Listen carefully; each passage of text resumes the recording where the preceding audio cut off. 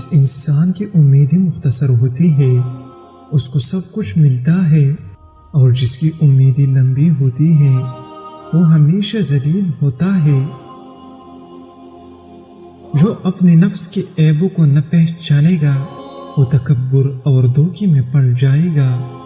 جو دنیا کو محبت کی نگاہ سے دیکھتا ہے اس کی دل میں فقر جنم لے لیتا ہے اور اللہ کے قریب ہو جاتا ہے۔ بوڑھوں کو چاہیے کہ وہ جوانوں کا پاس کرے کیونکہ ان کی گناہ بہت کم ہے، اور جوانوں کو چاہیے کہ وہ بوڑھوں کا احترام کرے کیونکہ وہ ان سے زیادہ عابد اور تجربہ کار ہے۔ جس انسان کو عشق ہو جاتا ہے اس کی دنیا بدل جاتی ہے۔ جو عام لوگوں کو دنیا نظر آ رہی ہوتی ہے وہ عاشق کو کچھ اور نظر آ رہی ہوتی ہے۔ جو انسان اللہ سے غافل ہو جاتا ہے وہ آگ میں گر جانے سے بھی بدتر ہو جاتا ہے۔ اس سے اچھا تھا کہ وہ آگ میں گر جاتا۔ محبت تو اللہ کی امانت ہوتی ہے۔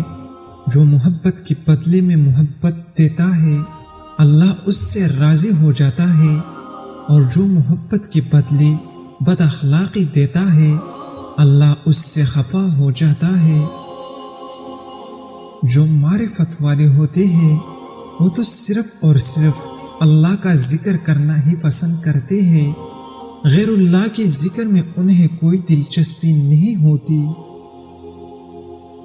انسان کے لیے یہی بہتر ہے کہ وہ لوگوں سے کم مل جول رکھے اور کھانا کھاتے وقت دسترخوان کا خیال رکھے، یعنی کم کھائے۔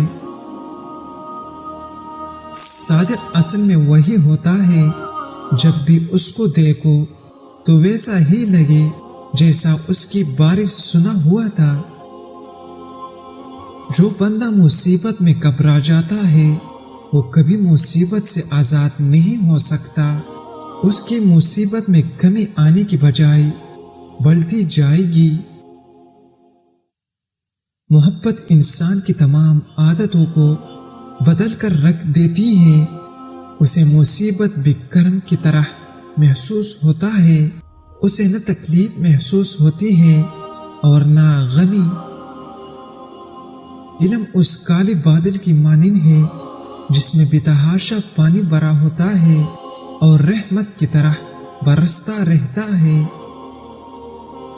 جو بندہ تعلیم حاصل کرنے کی مصیبت کو نہیں برداشت کرتا وہ کبھی بھی بڑا آدمی نہیں بن سکتا۔